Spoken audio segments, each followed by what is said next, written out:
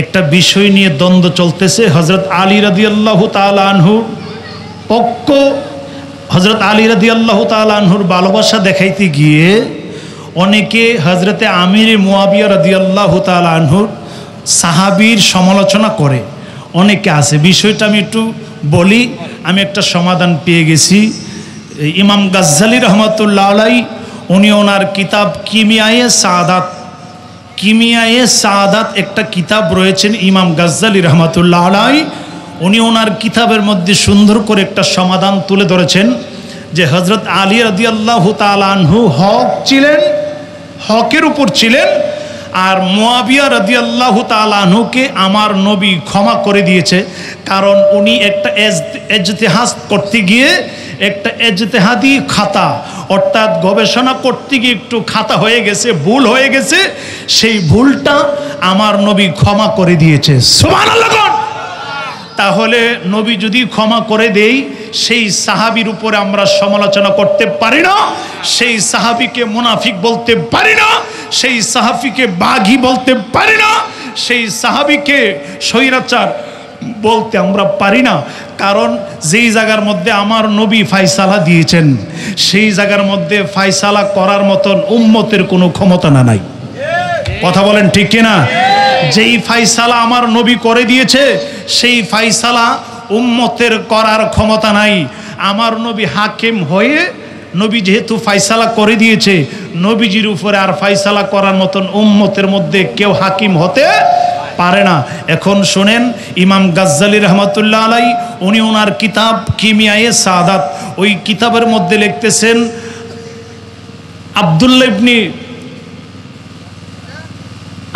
ইবনে উমর রাদিয়াল্লাহু তাআলা আনহু, আমার হযরত আবু বকর রাদিয়াল্লাহু তাআলা আনহু দুজন ছিলেন আমার নবীর প্রধান যে খলিফা, তিনি হলো হযরত আবু বকর। কথা বলেন ঠিক কিনা? হযরত আবু বকর রাদিয়াল্লাহু তাআলা আনহু। দ্বিতীয় যে সাহাবী ছিলেন ওনার নাম হযরত ওমরে ফারুক রাদিয়াল্লাহু তাআলা আনহু। কথা বলেন ঠিক কিনা? ওমর ইবনে আব্দুল আজিজ, ওমর ইবনে আব্দুল আজিজ উনিও একজন খলিফা ছিলেন। সুবহানাল্লাহ কোন? ওমর ইবনে আব্দুল আজিজ উনি বলতেছেন, উনি ওনার নিজের কথাটা বর্ণনা করতেছেন। ওমর ইবনে আব্দুল আজিজ উনি বলতেছেন, আমি স্বপ্নের যুগে দেখলাম আমার দয়াল নবীকে, আমার নূরের নবীকে আমি স্বপ্নে দেখলাম। ওমর ইবনে আব্দুল আজিজ যিনি ৫ম নম্বরের খলিফা, ওমর ইবনে আব্দুল আজিজ যিনি এত বড় খলিফা ছিলেন, ওনার ব্যাপারে সবাই বলতেছেন ওমর ইবনে আব্দুল আজিজ উনি ভালো একজন খলিফা ছিলেন, ওনার আমলে ইসলাম সুন্দর করে চলেছেন। সেই ওমর ইবনে আব্দুল আজিজ উনি স্বপ্নের যুগে আমার নবীকে দেখতেছেন। আমার দয়াল নবী রাহমাতুল লিল আলামিন, নূরের নবী, আমার নবীজির ডান পাশে হযরত আবু বকর, বাম পাশে হযরত ওমরে ফারুক, দুজন বসা। হযরত আবু বকর রাদিয়াল্লাহু তাআলা আনহু আমার নবীর ডান দিকে বসা, হযরত ওমর ফারুক রাদিয়াল্লাহু তাআলা আনহু বাম দিকে বসা। ওমর ইবনে আব্দুল আজিজ বলতেছেন, আমি স্বপ্নের যুগে দেখতেছি আমার নবীজি বলতেছেন, ও আবু বকর, ও ওমরে ফারুক, তোমরা দুইজন আমার আলীকে ডেকে আনো এবং মুয়াবিয়াকে ডেকে আনো। এই কথা ওমর ইবনে আব্দুল আজিজ বলতেছেন, আমি স্বপ্নের যুগে দেখতেছি আমার দয়াল নবী, নূরের নবী, দুজাহানের বাদশা নবী বলতেছেন, আবু বকর, ও উমর, আমার আলীকে ডেকে আনো আর মুয়াবিয়াকে ডেকে আনো, দুইজনকে ডেকে আনো। উমর ইবনে আব্দুল আজিজ বলতেছেন, আমি স্বপ্নে যুগে দেখতেছি হযরত আবু বকর রাদিয়াল্লাহু তাআলা আনহু, হযরত ওমরে ফারুক রাদিয়াল্লাহু তাআলা আনহু দুইজন আমার নবীর কথা মতে হযরত আলী রাদিয়াল্লাহু তাআলা আনহুকে ডেকে আনলেন এবং হযরত মুয়াবিয়া রাদিয়াল্লাহু তাআলা আনহুকে ডেকে আনলেন। আনার পরে আমার নবী একটা ঘরের ভিতরে ওনাদেরকে ঢুকালেন। কাকে ঢুকালেন? হযরত আলী রাদিয়াল্লাহু তাআলা আনহুকে এবং মুয়াবিয়া রাদিয়াল্লাহু তাআলা আনহুকে, দুজনকে একটা ঘরের ভিতরে, সুন্দর জান্নাতি কামরা, জান্নাতি রুম, জান্নাতি অবস্থান, জান্নাতি পরিবেশ, সেই জান্নাতি পরিবেশ এই ঘরের ভিতরে ঢুকালেন। ঢুকানোর পরে ওমর ইবনে আব্দুল আজিজ রাদিয়াল্লাহু তাআলা আনহু উনি বলতেছেন, আমি স্বপ্নের ভিতরে দেখতেছি আমার নবীজি দুজনকে ঢুকাইলেন, সাথে হযরত আবু বকরকে নিলেন, হযরত ওমর ফারুক রাদিয়াল্লাহু তাআলা আনহুকে নিলেন। ঘরের ভিতরে রুমের ভিতরে ঢোকার পরে অনেকক্ষণ সময় আমি মনে মনে চিন্তা করলাম, দেখি তো আমার নবীজি এদেরকে নিয়ে কি করে, তবে আমার ঢোকার অনুমতি নাই।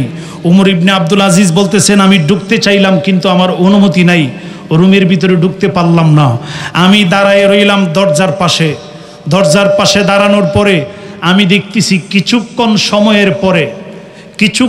সময় পরে হযরত আলী রাদিয়াল্লাহু তাআলা আনহু, যিনি মাওলায়ে আলী, মাওলায়ে কায়নাত, হযরত আলী রাদিয়াল্লাহু তাআলা আনহু হাসতে হাসতে, চেহারা উজ্জ্বল, নূরে ঝলমল করে, হযরত আলী রাদিয়াল্লাহু তাআলা আনহু উনি রুম থেকে বের হচ্ছেন আর বলতেছেন, উনি রুম থেকে বের হচ্ছেন আর বলতেছেন, উদিয়া লি ওয়া রাব্বিল কাবা। অর্থাৎ উনি বলতেছেন, আমার পক্ষে আমার নবীজি রায় দিছে, অর্থাৎ আমি হকের উপরে ছিলাম। অর্থাৎ আমাদের যে আমার এবং মুয়াবিয়ার যে দ্বন্দ্ব হয়েছে, যে দ্বন্দ্বটা হয়েছে, যুদ্ধটা হয়েছে, এই যুদ্ধের মধ্যে আমি আলী রাদিয়াল্লাহু তাআলা, আমি আলী হকের প্রতি ছিলাম। উদিয়া লি ওয়া রাব্বিল কাবা, রব্বে কাবা, আল্লাহর কসম, কাবার রবের কসম, আমার নবীজি আমার পক্ষে রায় দিয়েছেন, আমি আলী হকের উপরে ছিলাম।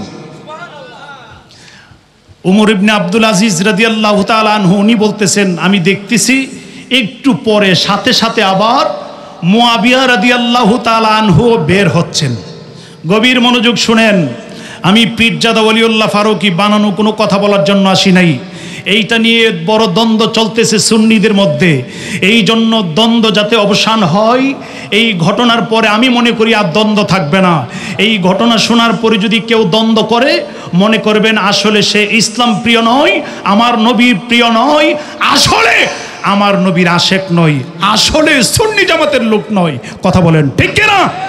ইমাম গাজ্জালী রহমাতুল্লাহ আলাই উনি ওনার কিতাব কিমিয়ায়ে সাআদাত কিতাবের মধ্যে বলতেছেন, উমর ইবনে আব্দুল আজিজ দেখতেছেন হযরত মুয়াবিয়া রাদিয়াল্লাহু তাআলা আনহু রুমের ভিতর থেকে বের হচ্ছেন, আর উনি বলতেছেন, গফিরা লি ওয়া রাব্বিল কাবা, গফিরা লি ওয়া রাব্বিল কাবা। অর্থাৎ কি? অর্থ কি? উনি বলতেছেন, দুনিয়ার মানুষ শোনো, আমি আমিরে মুয়াবিয়া, আমি যে যুদ্ধ করেছি হযরত আলীর সাথে, আমার গবেষণার মধ্যে ভুল ছিল, সেই ভুলটা আমার নবী ক্ষমা করে দিয়েছে।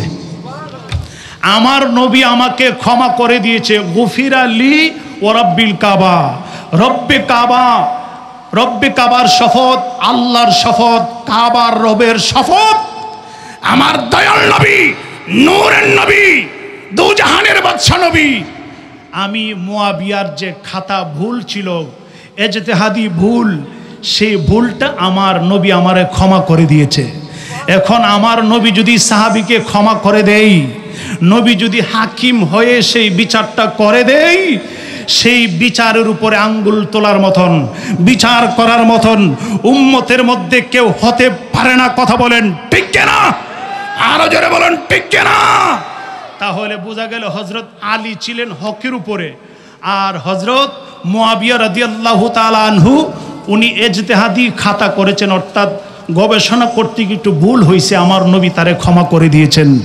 আর হযরত আলী রাদিয়াল্লাহু তাআলা আনহু উনি হকের উপরে ছিলেন। তাহলে বোঝা গেল হযরত আলী রাদিয়াল্লাহু তাআলা আনহুর ভালোবাসা দেখাইতে গিয়ে আমিরে মুয়াবিয়া রাদিয়াল্লাহু তাআলা আনহুকে গালাগালি করার কোনো যুক্তি নাই। কথা বলেন ঠিক কিনা? কারণ ফয়সালা আমার নবী করে দিয়েছেন, রায় দিয়েছেন হযরত আলীর পক্ষে, আর হযরত মুয়াবিয়া রাদিয়াল্লাহু তাআলা আনহুকে আমার নবী ক্ষমা করে দিয়েছে। কথা বলেন ঠিক কিনা? তাহলে এইটা নিয়ে আমাদের দ্বন্দ্বের দরকার নাই। আমরা সবাই কাঁধে কাঁধ মিলে আমরা যেন দ্বীন ইসলামের খেদমত করতে পারি, সুন্নিয়তের খেদমত করতে পারি। আল্লাহ যেন আমাদের সকলকে সঠিক বুঝ দান করে। সকলে কোন আমিন। এর পরেও এই কথা শোনার পরেও যারা দ্বন্দ্ব করবে, বুঝবেন আসলে এরা সুন্নি জামাতের লোক নয়, আসলে এরা প্রকৃতপক্ষে নবীর প্রেমিক নয়। কথা বলেন ঠিক কিনা? আল্লাহ যেন আমাদের সকলকে কবুল করে। আমিন কোন।